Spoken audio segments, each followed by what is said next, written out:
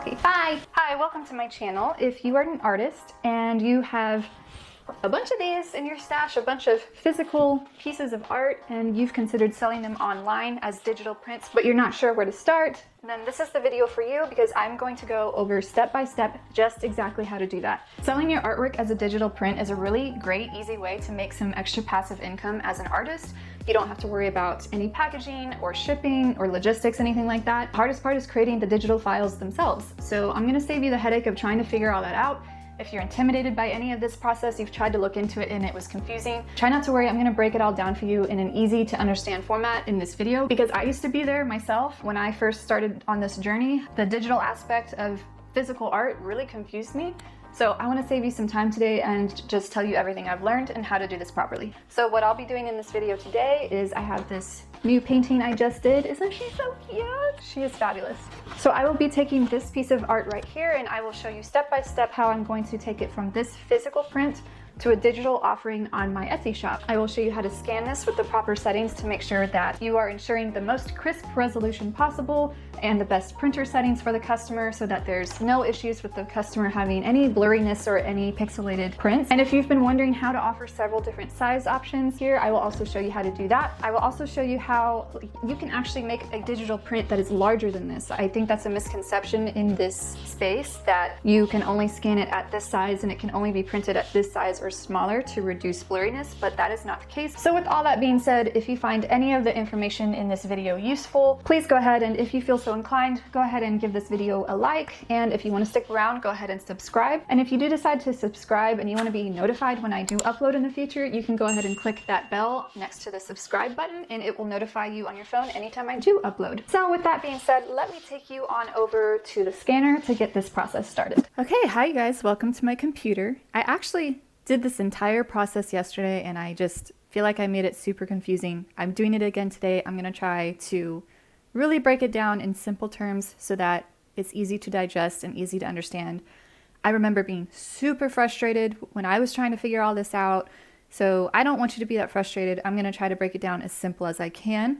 So let me open up my notes here and just talk about briefly what I'm gonna go over today.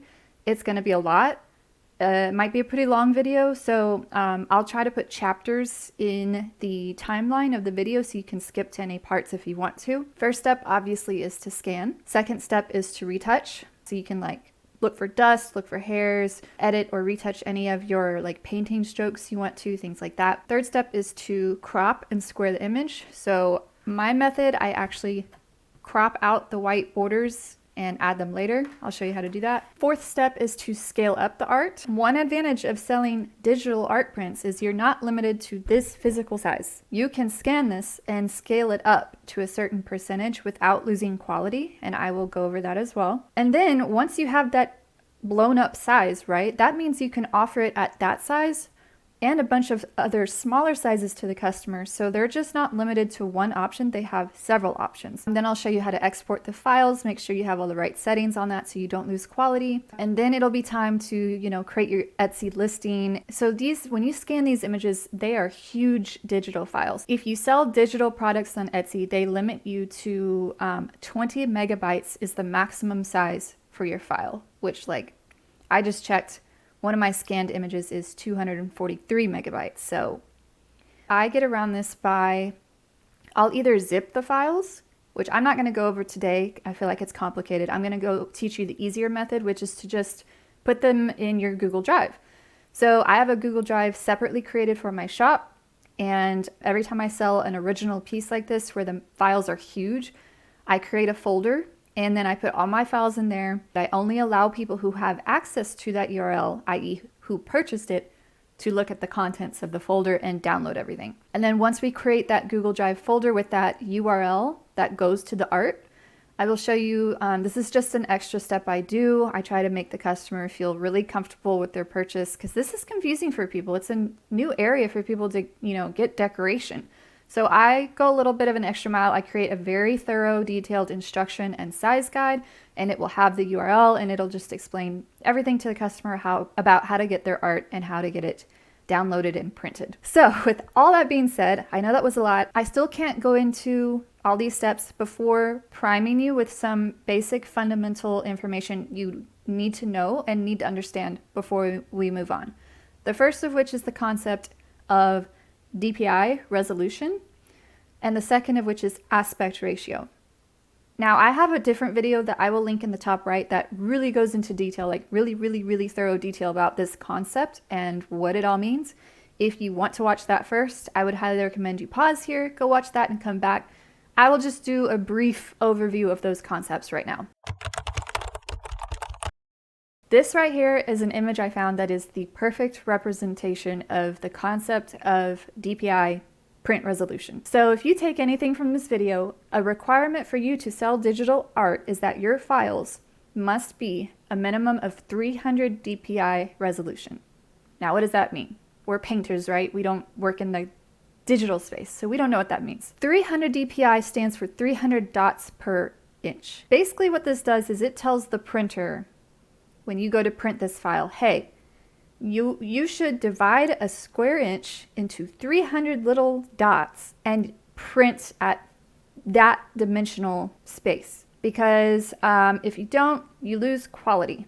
It's just like, without boring you with research and stuff, 300 is just the standard minimum resolution for print for like this size application for wall decor. It's just the standard 300 minimum. So to look at this picture to like describe what I mean by that again further, let's look at the left image, right? So let's pretend that's a square inch. You can kind of tell that the top half is blue, the bottom half is green, but you can't really tell what's going on in the image, right? This is because the resolution is low. This resolution is, what is that, 8 by 9, so 72. This square inch is a resolution of 72 DPI, 72 dots per inch. And you can see this would, like if a customer printed art at 72 DPI to hang on the wall, a big piece of art, it would look like that. They wouldn't be able to tell what it is because you told the printer, don't use so many dots. You don't need to be that crisp. So you can see, if you understand that concept now, as we go to the right, we're getting more and more dots in the same amount of area till we get to the point on the right where you can think of that as 300 DPI. It's the perfect amount of dots for the human eye to be able to see crisply the picture, but without doing overkill. The next concept I want to talk to you about is aspect ratio. This right here very quickly explains the concept of aspect ratio. We have the same exact image on all 3 frames here. However, they all look different. Why do they look different? They're in different size frames. So what this is showing you right here is basically the ratio of the height and the width of the frame. On the left, we have a perfect square that represents a 1:1 ratio. It's 1 part tall by 1 part wide. We go to the middle one, we have 3 parts tall and 2 parts wide. We go to the one on the very right and we have, I think that's 4 parts wide and 5 parts tall. So we have the same image being represented in different size frames. To further explain what I mean, I'm going to take you to my Etsy shop and I will just show you an example. I like to, whenever possible, offer these sizes here. I can get away with selling 5 digital files that represent those different aspect ratios. So if I physically measure this, I'm going to guess that's 8 by 10. So this will definitely fit in an 8 by 10 frame, right? However, if I have it digitally, can I like scale it down and get it in a smaller frame? The answer is yes. If you look at the chart here, if we see, look, we have 8 by 10 inches right there. That was the size I just mentioned. But at this aspect ratio, so the ratio of the height and the width, it can also fit in a 4 by 5 inch frame. I hope that makes sense to you here. You know, I don't want to take too much time on this because I want to get to the reason why you clicked on this video. So watch my other video if you need to understand this more in depth. So with that being said, once we've gotten those fundamentals out of the way, let's go ahead and go to step 1, which is scanning the document. All right, so what we're looking at now, and I'm sorry, I can't make the text any bigger, so I'm sorry if you can't see it. I'll try to read what's on the screen. This is my scanning software for my scanner. The scanner I use is an Epson Perfection V39 scanner, if I remember right. If not, I'll put it on the screen. It was about $100. It does the job of what I need just fine. What I was looking for was a scanner that had the ability to go really high in resolution, like we talked about. The reason I wanted that is because, yes, we talked about how your art needs to be at minimum 300 DPI, but if I want to be able to like sell this at a bigger size, that means I'll need to scale it up. To be able to scale it up, I need to be able to scan at a really high resolution, even higher than 300, so that I can blow it up. And I'll show you how to do that. So I will talk to you about the settings I use on my scanner. I pretty much keep everything as is except for the resolution. So let's talk about that. So we could scan at 300 dpi, okay? Okay. We would be limited to this physical size that is scanned. But I want to be able to offer a larger size. What I am typically comfortable doing, which you can try to go higher if you want, I'm just not comfortable. I like to scan at 600. That means I can double the size of my art. And then once it's that large, the customer can print at that size and then smaller in all those different frames, so long as it matches that aspect ratio. So I personally like to scan at 600 dpi. I keep literally everything else the same, and I'm going to scan as a TIFF, a .tif file, not a JPEG. So you can pick where you want this to be stored on your computer and then just go ahead and scan. What I like to do also is put some weights on the scanner. My scanner has trouble a little bit with like making sure there's even contact across all of the art. So I like to put weights on it and then just like the tiniest bit of pressure on it just to make sure there's even pressure all the way across the art. So I'm going to go ahead and scan this, and then I will meet you in GIMP. So here we are in GIMP with the scanned image. If you are new to my channel, I'm a big proponent of GIMP. GIMP is an open source, basically, version of Photoshop. And when you hear the words open source, that means free. So basically, GIMP is a free Photoshop. I like to tell my viewers about it because I don't want an artist to feel like they have to incur these extra expenses to be able to like try to get into this field. I want it to be accessible to everybody, and GIMP is 100% free. Can you use Photoshop? Yeah, you can. I just get annoyed by having to have that monthly payment. It's very annoying. But GIMP is good too. So I'm going to show you how to do this in GIMP. So here we are with my scanned software. I'm going to double check one thing. I want to double check that this is 600 dpi. So I'm going to go to image on the top left, canvas size, and I don't know if I can zoom this, but it says under the height here, there's a little thing that says 600 dpi. So we are good there. The first thing I'm going to do is do some retouching. I try to keep to a minimal amount. I don't want to like completely alter this. So what I do is I look for dust and hairs, and then I just change some minor imperfections about my art that I want to switch up. So this will be a quick lesson in how to use the clone tool. The clone tool, it looks like a little stamp. If you don't see it in the top left over here, go to tools, go to, where is it? Paint tools, then go to clone. I have it right here, so I'm going to select, and I'm going to zoom into my art and start looking around for dust. To zoom, hold Control and use your mouse wheel. And then to scroll left and right, hold your Shift and use your mouse wheel. I'm going to zoom in and scroll around and look for art, or hair. Oh, there's a hair for sure. Y'all see that? Okay. The clone tool is basically what it sounds like. It clones, it's like a clone paintbrush from a source of your choosing. So let me just show you quickly how it works. Basically what I need to do for this hair is I need to, like you can see if I zoom in, these are kind of blackish gray pixels, but I want the pixels to match, you know, whatever is around it, right? So to explain the concept of how the clone tool works real quick, let me just show you a really obvious ugly technique, just so you understand. So I've increased the hardness, these are over here on the right, I've increased the hardness and the force all the way up. So the clone tool works by you choose a source set area of pixels, which will then serve as your paintbrush to paint in other areas. So what do I mean by that? So if you can see my mouse here, I'm wiggling it around. I'm going to go to the red area in the top left. I'm going to hold down Control and I'm going to click there. Now if you see, it left a little circle where I clicked. That's telling me, okay, you just clicked there, that's your source, and that's what's going to be your paintbrush wherever you click next. So I'm going to go in this white area and I'm going to click now. Look at that. So those are the pixels that I just cloned from my source area. And furthermore, if I click and hold down my mouse and drag around, if you can see in the top left, the cloned source area is moving too. So you can paint like exactly what's going on near your source. So how are we going to use this to fix dust and hair? We're going to use that same concept, but we're going to reduce the hardness and the force by quite a bit. You'll have to play with this. I'm going to zoom in, lower my size of my brush, and my source to cover up this hair is just going to be pixels surrounding it.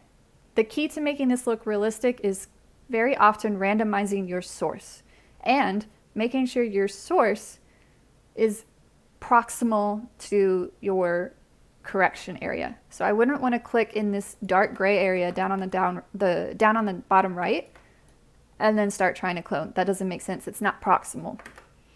So I'm just going to quickly do this. I'm going to make my clone source right there. I'm just going to lightly click. I'm going to randomize again, so I'm going to pick a new source right over there and click, new source, click, new source. See, I moved into that little bit darker gray area, so I changed my source. So I hope you understand the concept of what's going on here. I'm not going to force you to sit and watch all this, but this is what you're going to do. You're going to scroll around your whole image. You're going to look for dust, you're going to look for hairs, and you're going to look for just things you want to correct. So I'm going to do this and meet you back. All right, so I've gone ahead and done all of my retouching. So the next step, let's check our steps, is to crop and square. Okay, so I need to crop out these white edges. I'm going to add my own. To be able to delete content, I need to add an alpha channel. So I'm going to right click on my layer over here on the right side, right click, and I'm going to say, okay, I already have an alpha channel. If your option here for add alpha channel is not grayed out, that means you need to add it. So click that. I already have it. At this point, I'm going to use my path tool to cut these out. The path tool is a selector tool, and it allows you to select polygonal areas to edit. Basically, you drop anchor points to make your shape, okay? So to quickly show you how it works, click, drop an anchor, click, drop an anchor. You can see it's making a path. To go back to where you started, to close it up, hold down Control, click on that first anchor, click Enter, click like delete or something, and I've just deleted that spot. So I'm going to use that concept, and I'm going to crop out these white borders, okay? So I'm going to drop an anchor here, here, here, here. I basically made like a messy rectangle. Hold down Control, close it up. I'm going to check that I'm getting everything. I am, so I'm going to click Enter. I see the marching ants, that means I selected it. I'm going to click Delete. If you see the checkerboard like that, that means it's transparent now, so you successfully deleted it. So I'm going to repeat that real quick for all four sides. Okay, you can see there's gray checkerboard all the way around. That means I successfully cropped out all the white. The next thing I need to do is square this up and get rid of those checkerboard areas. We don't need that anymore. We need to crop it into its final dimensions. So I can tell it's a little crooked just by using the checkerboard as a guide. So I'm going to rotate this slightly first, just so I can save as much of the surface area of the art as possible. So I'm going to click Shift R, that's the keyboard shortcut for rotate. And I'm going to use the I'm going to use the checkerboard as a guide. I'm going to click, hold my mouse down, and just drag this to rotate. And I'm just going to try to square this up. That looks good to me right there. Click Enter, it's rotating. Then what I'm going to do is crop. So I'm going to click the crop tool. And if you don't see it, on the top left here, go to Tools, Selection, Tools, Transform Tools, and Crop. So what I'm going to do here is I'm going to basically select as much of the art as I can without going into the gray area to square things up. So I'm zooming in, making sure see here's some gray area that I'll keep. I want to get rid of it, so I need to move this down.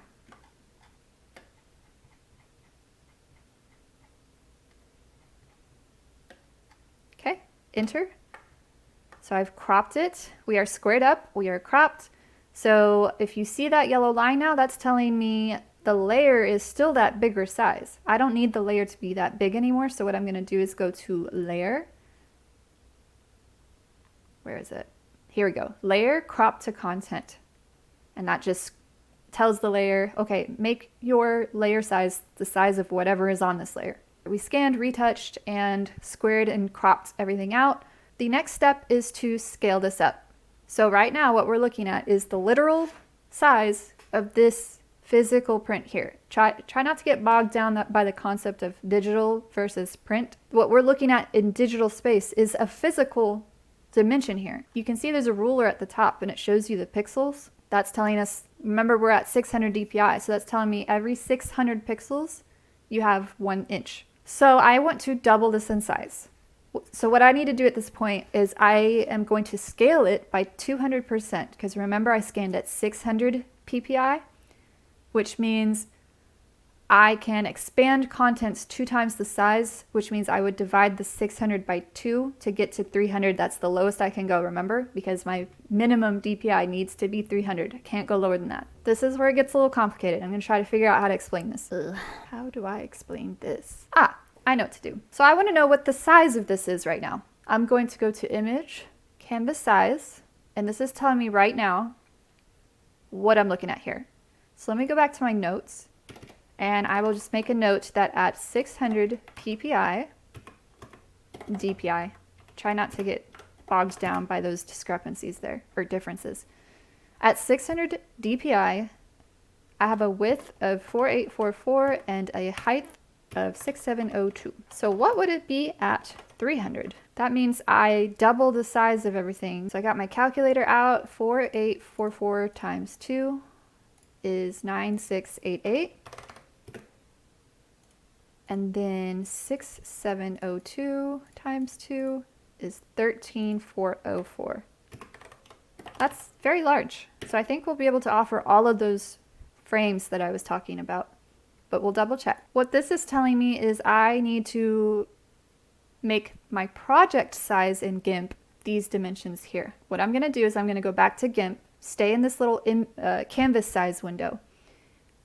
Make sure this is locked. Click this drop down here. We're actually going to use %.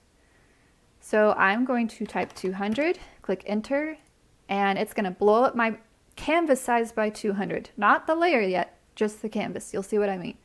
Go ahead and click resize. Now if I zoom out, you can see my project canvas doubled in size, but not my art yet, because I didn't tell the layer to scale up. To tell the layer to scale up, what I'm going to do is click Shift S. This is the scale tool. Again, I'm going to go to %, 200, make sure this is centered, click scale, and there we go. We have scaled up the art to 2x. My project settings at this point are still in 600 dpi. Yes, the canvas is 3, it's confusing, just follow me. Go to Image, Print Size, and you can see X and Y resolution is still 600. We're going to change that to 300 and click OK. Now I'm going to double check that everything's right. Image, canvas size.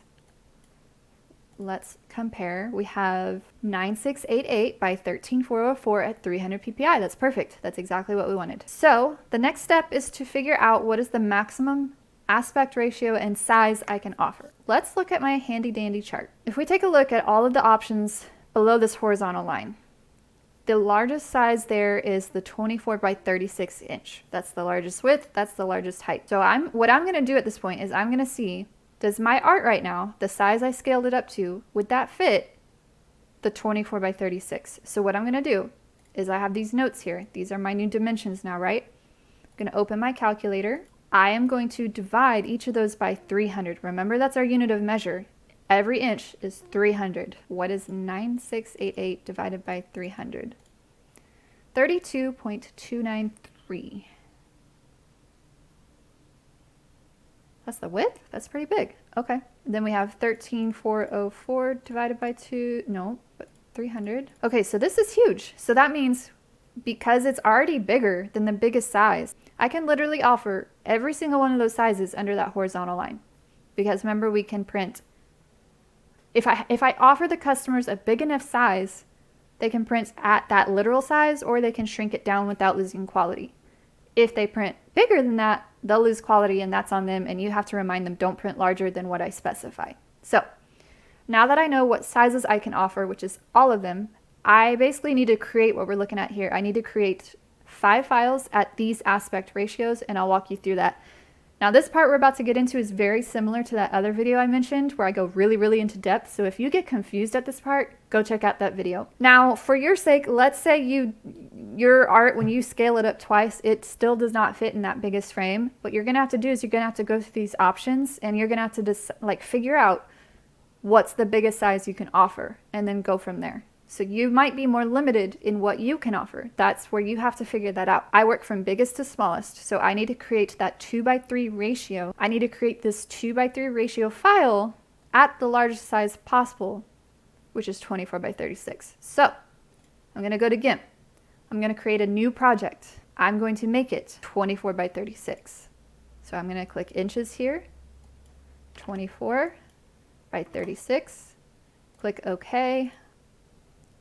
Okay, so here's my 2:3 ratio file size. We're at 24 inches by 36 inches.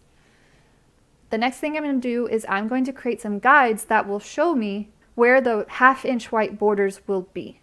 We still need to make those in the future, but I'm going to create some guides so I know where they're approximately going to be. Go to Image, Guides, New Guide. Now, this is asking you for a position. It's asking you, where do you want this guide to be drawn? And it's working in pixels. It's super annoying. We have to do some maths. Remember, our unit of measure is 300. So every inch has 300 pixels. A 1/2 inch in this case would be, that's right, 150 pixels. So what I need to do is at every edge, I need to go in 150 pixels and draw a line. So the first one's easy. It wants a horizontal position. I'm going to say 150, click OK, and there's our line, our first guide. There it is right there. So that's 1/2 inch down. Let's go back again, Image, Guides, New Guide. Now how do we do it on the right? Or sorry, not the right. How do we do it on the bottom? This is where it gets annoying. Here's the math you're going to do. You ready? You got 24 inches. No, 36 inches. It's 36 inches tall. You got 36. Multiply that by 300 so you know what dimension that is in pixels.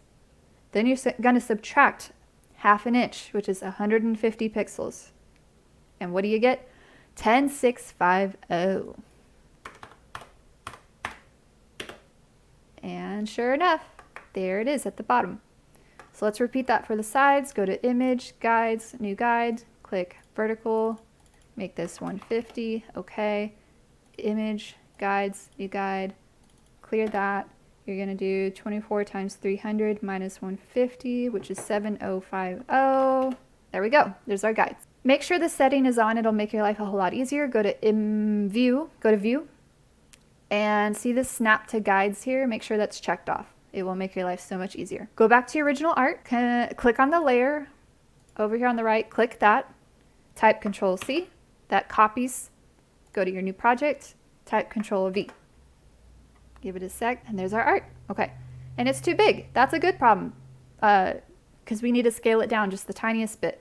So what I'm going to do is on the bottom right, I'm going to, do you see there's 2 different green buttons? Click the one on the left. That makes a new layer with your pasted content. So we got the art, then we got the white. Make sure you're selected on the art. Click Shift-S. That's going to scale. I'm going to wriggle this around, and I'm going to position it so that it's slightly outside of those guides I just made, because I'll know that's telling me approximately where those borders will end up, and I want it to cut out just slightly outside of that. Now here's where the aspect ratio is kind of funky, right? Okay, so my art is more short than the aspect ratio of this new project I made. So I have to use my creative liberty to position this in a way that captures the art the best way I want. Do you remember that woman with the photographs? It was the same picture of the woman, but there were like different framing situations. She was in the corner in some, she was in the middle in the square one. So I have to use my creative liberty and position this the way I want to capture what I want in the image. I want to personally capture more of those flowers on the left. Okay, click Enter. Okay, so it still looks bonky. That means we have to do our borders. Remember, you want to double check that your art is slightly outside of those borders, which we're good. So we need to create the borders now. I'm going to create a new layer. At the bottom right, click that little, looks like a piece of paper with a plus sign. Click that, call it borders. Go to your rectangle select tool over here. If you don't see it, go to tools, selection tools, rectangle select. I'm going to select the top border. I'm going to click and start moving my mouse while I'm holding down the mouse.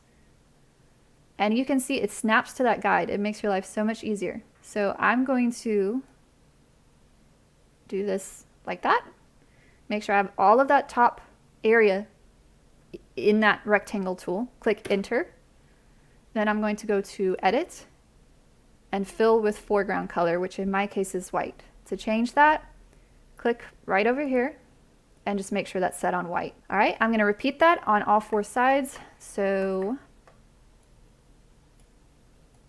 I'm going to do the right, click enter. The shortcut to fill is control comma. Do the left, enter, control comma. Do the bottom, enter, control comma. Okay, there's our white borders. At this point, we have completed our 2:3 ratio file. And let me go back. We've made the file on the left here. It's 24 by 36 inches right now, which means the customer can take that file. They can print at 24 by 36, 20 by 30, 16 by 24, 12 by 18, 10 by 15, 8 by 12, 6 by 9, 4 by 6. So we already gave them 1, 2, 3, 4, 5, 6, 7, 8 options with that one file. So I need to repeat those concepts for these other 4 files. Reminder, if you need help with this, go to my other video. It explains it way more in more detail. I'm going to save you some time. And I'm going to continue this for the 3x4, the 4x5, and the 11x14 because those are straightforward. The ISO is a little more confusing, so I'll meet you back for that one. Okay, so I've completed all of those. Here's my 2x3. Now, watch the dimensions as I rifle through this. Rifle? Ruffle? Shuffle? That's what I meant, shuffle. So this one's pretty tall. That one gets a little shorter. That one gets a little shorter. Do you see like what's getting captured changes? So I had to use my creative liberty and figure out what I wanted to capture. So let me show you how to do the ISO one. So remember, we need to start at the maximum size, which is A1. So I'm going to click File, New, and I'm going to drop down on Template here. They actually have an A1 template at 300 ppi. So I'm going to create that and basically use the same concepts. So I need to create those guides. Now this is where it gets a little dicey. That's why I wanted to show you. We're not working in inches here. ISO measuring conventions is in centimeters. So I'm going to Google again what the inches dimensions are for an A1 file. 23 3/8 by 33 1/8. For the guides, remember the first ones are easy. So image, guides, new guide, vertical 150. The first ones are easy. What about the last? We have 23.375, that's 23 3/8, times 300 minus 150. That rounds up to 6863.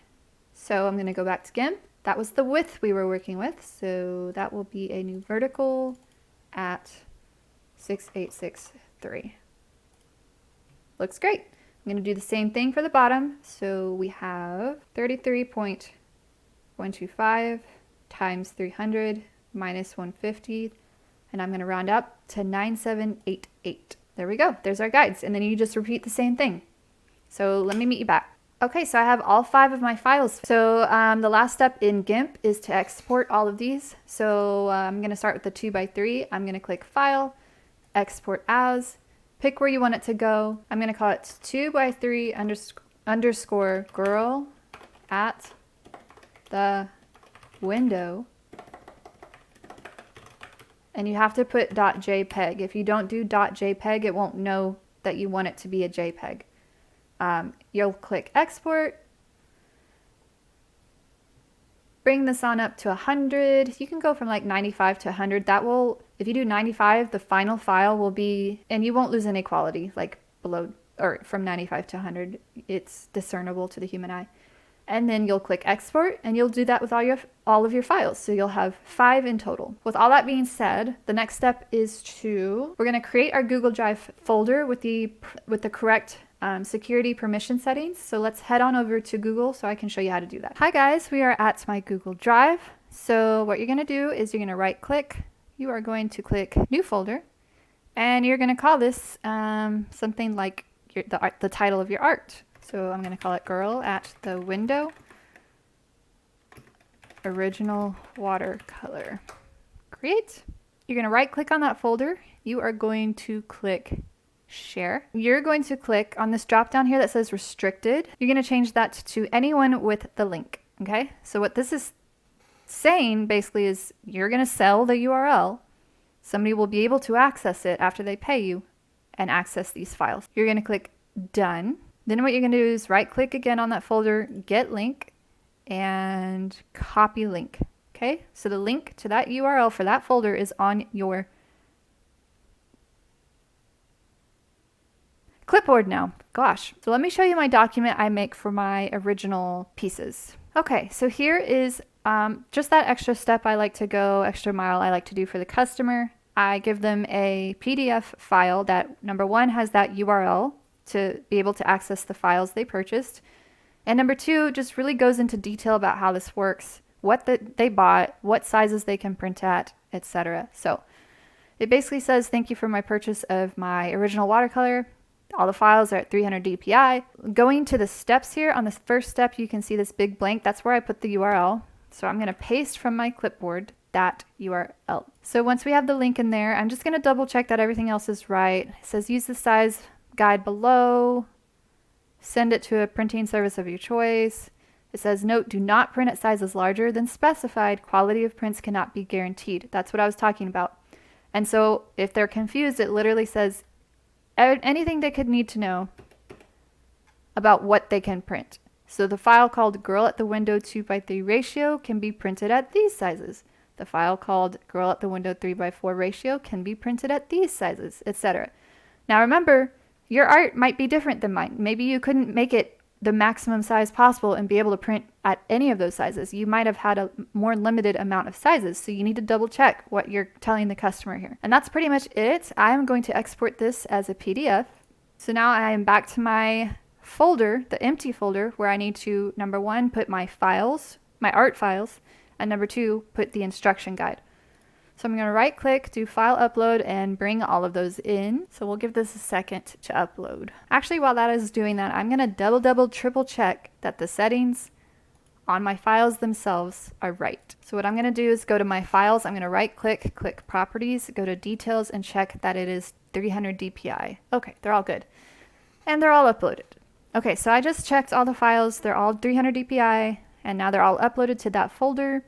So we can check that link now. Let's go to our file, click that link, and there we go. It works. Okay, you guys, we're at the finish line. So I went ahead and took some time to create the listing just so I could show you the finished product so you don't have to sit there watching me do it. But I wanted to point out a few things about my listing. I made sure to have really nice, high quality mock-ups. You know, you really want to stage your art in a way that like convinces the buyer I have to have this, you know, put it in a variety of settings. This is my first time doing a video like this. I just wanted a way to let the customer know, like, I actually painted this. This is mine. I didn't get it from anywhere else. It's truly original. So it's a little behind the scenes thing. I also have this kind of thing that's showing like you can get over 20 size options just with this one piece of art. Here's some of my other mock-ups. There's the size chart we were looking at earlier, so they know exactly what files can be used for which size frames. And then there's a big disclaimer here that they're not going to get a physical product. It's digital. So you should always have that just in case. And then over on the right, you can see that the digital file is one PDF. Remember, all they're buying at first is that URL. So it's the PDF with that URL that will take them to our Google Drive folder. And then I have all my description talking about the art. And I'm trying to think if I need to tell y'all anything else. That's it. That's a wrap, you guys. So sorry, I know this was very long. I'll put chapters so you can skip around. But let's go ahead and go on to the outro. All right, that's going to be it for this one. I hope you found this video useful. If you have any questions, leave a comment in the comment section below. I try to read all of my comments and answer all of the questions. So yeah, if you have a question, leave a comment. And if you found this video useful, go ahead and give the video a like. And if you want to stick around and see more, go ahead and click subscribe. Also on the screen, I will go ahead and leave a playlist that I think you might enjoy. It's a playlist about my Etsy shop, how I make my listings, how I make mock-up photos, all sorts of tips and tricks. So if you want to check that out, go ahead and click right here. So with that being said, I think that's all there is to it. Again, if you have a question, leave a comment, and I will see you guys on the next one. Bye!